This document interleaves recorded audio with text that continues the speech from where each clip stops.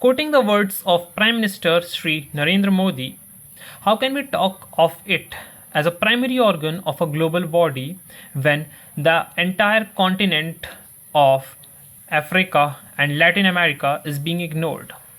How can you claim it as it speaks for the people when the world's largest democracy and the most populous country is not the permanent member of the United Nations?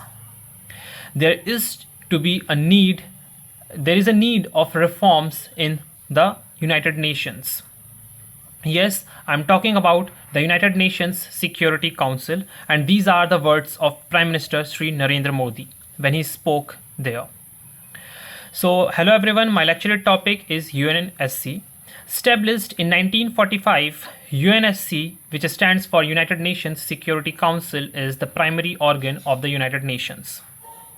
It is mainly comprised for the execution, for making the legal binding by having the resolutions on the nations, for making the military actions and having a sanctions on the countries. Now why will we doing that? It is for making the international peace and security at the global level. But the question comes that does it really accomplish it, or is it successful in doing that? So before that, we need to understand the powers of the United Nations Security Council. The utmost power, as I already told you, is making the international peace and security at the global level.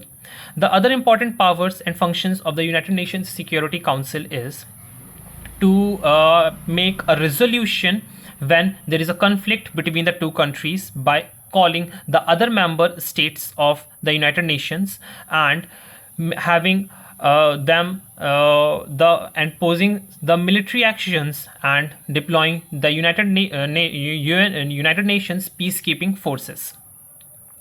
Now let us talk about some organization of this body.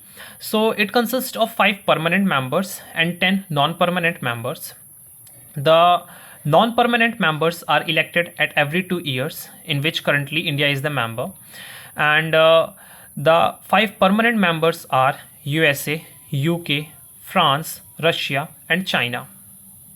The permanent members have some special power, among which one is the veto power.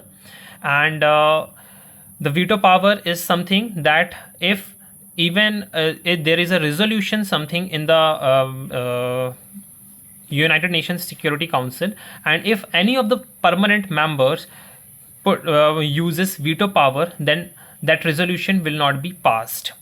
So talking about how successful the United Nations Security Council is, that so from the recent past we have seen that the international peace is not maintained at global level. The Russia-Ukraine war, China and Israel-Palestine conflict are the biggest example of it. We see that there is a resolution which is being passed in the United Nations Security Council, but it has no effect on the conflict going on.